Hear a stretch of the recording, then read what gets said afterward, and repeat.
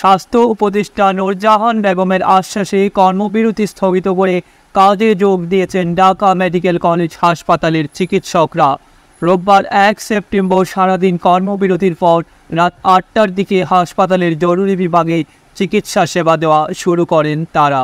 এর আগে আন্দোলনকারী চিকিৎসকদের সঙ্গে বৈঠক করে হামলাকারীদের গ্রেপ্তার ও বিচার নিশ্চিত করা এবং কর্মস্থল নিরাপদ করতে যথাযথ ব্যবস্থা নেবেন বলে আশ্বাস দেন স্বাস্থ্য উপদেষ্টা। বৈঠক থেকে বেরিয়ে সন্ধ্যা 6টার দিকে তিনি বলেন, চিকিৎসকদের দাবি দেওয়া যত দ্রুত সম্ভব পূরণ করা হবে। ওরা এটা ঘোষণা দিয়েছে, তারা এই যে কর্মবিরতির কথা বলছেন, আসলে ওরা মুখে বলেছে কর্মবিরতি। প্রত্যেকটা ডাক্তার কিন্তু তাদের আন্ডারে যে রোগী ছিল তাদের সেবা কিন্তু দিয়ে গেছে এবং একজন বলল আজকে তার 4 জন রোগীকে সে রিলিজও করেছে। তাইলে সে বলেছে জরুরি সেবাটা তারা করে গেছে। মানবিক, তারা অনেক বেশি মানবিক, এই মানবিকতার উদাহরণ কিন্তু তারা রেখেছে। তারা কালকে জরুরি সেবাটা চালু হয়ে যাবে। আর ভিতরে তার সেবা করছে, তারা তো আসলে বন্ধ করে না, এটা আমি তো বললাম। এ সময় ঢাকা মেডিকেল কলেজ হাসপাতালের পরিচালক ব্রিগেডিয়ার জেনারেল মোহাম্মদ আসাদুজ্জামান বলেন, তারা জরুরি সেবা সহ কিছু সেবা এখনই চালু করবেন।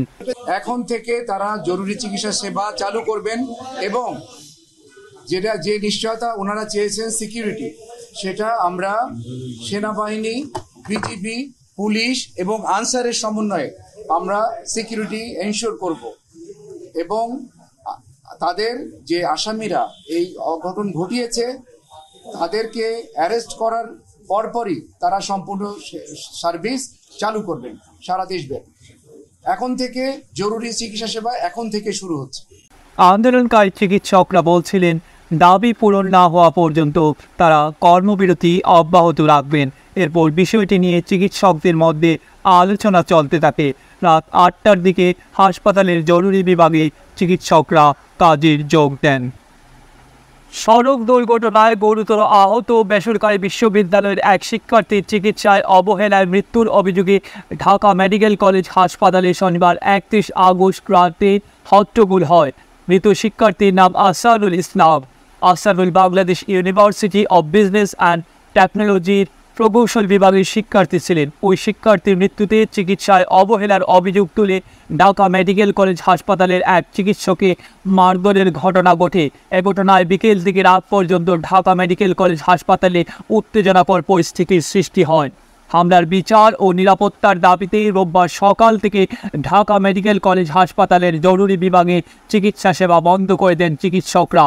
পরে সব চিকিৎসকের সঙ্গে আলোচনায় বসে হাসপাতাল কর্তৃপক্ষ, কিন্তু সেই আলোচনা ফলপ্রসূ হয়নি।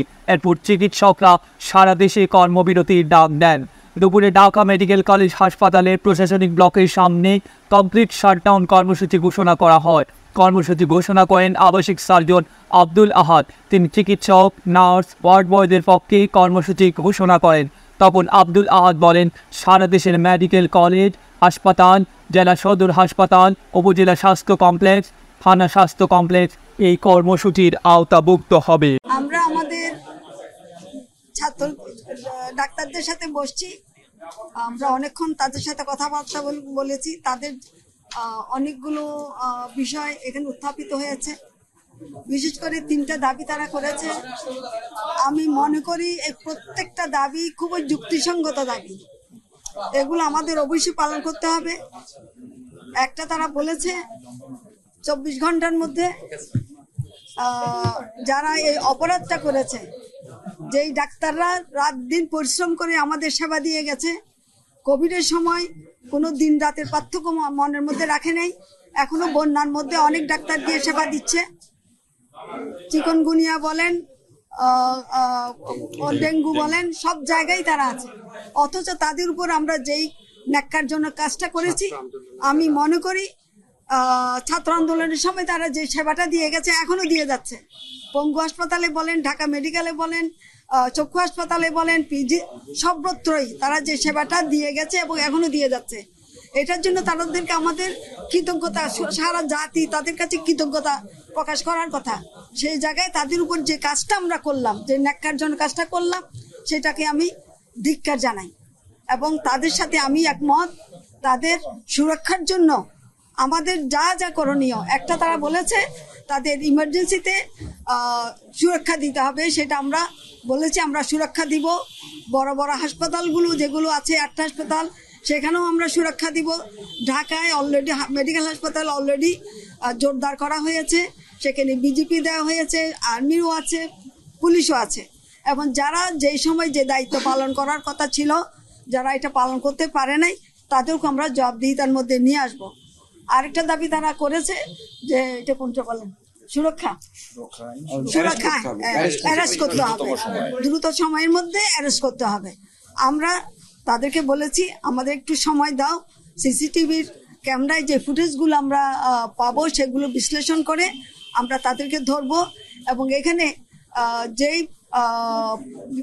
কলেজের প্রিন্সিপালও ছিলেন, এখানে ভিসি ছিলেন, ভিসিও ছিলেন, কাজে তিনিও বলতে পারবেন তার কোন ছাত্র তার সাথে এসছেন, এরা কি ছাত্র নাকি অন্য কেউ, সেটাও উনি বলতে পারবেন, কাজে উনি সাথে ছিলেন এবং তার সাথে আরো কয়েকজন শিক্ষকও ছিল। কাজেই আমরা তাদের কাছ থেকে জিনিসটা আইডেন্টিফাই করতে পারবো এবং আমরা খুব দ্রুত তাদেরকে ধরে ফেলতে পারবো বলে আমরা আশা করছি। আর স্বাস্থ্য সুরক্ষা একটা আইনের কথা বলেছে, এইটা মনে একটা প্রসেসের মধ্যে আছে, এটাও হয়ে যাবে আশা করি, আমি এটুকু বলতে পারি। আর এটা যেটা তারা বলেছে স্বাস্থ্য পুলিশ, এইটা একটু সময় লাগবে, এটা দেখবো, কারণ আমরা তো কোনো আইন এখন বানাইতে পারবো কিনা আমার জানা নাই। তারা বলেছে হাসপাতালের জন্য যতগুলি যেখানে সেবা কেন্দ্র আছে সব সেবা কেন্দ্রে স্বাস্থ্য পুলিশ নামে কিছু ফোর্স দিয়ে দেওয়া, তারা ডিজি হেলথের আন্ডারে থাকবে। তো এইটা করতে হইলেও হয়তো নতুন আইন করতে হবে, সেটা আমি জানি না, সেই জন্য আমি বলছি এটা আমি ফিরে গিয়ে ওখানে আলাপ করব। এটা যদি আইন বানাইতে হয় আমাদের পক্ষে সেই আইন করা সম্ভব কিনা সেটাও আমি জানি না, ওটা একটু সময় লাগবে। আর বাকিগুলো তো আমরা বলেছি আমরা যত পর্যায়ে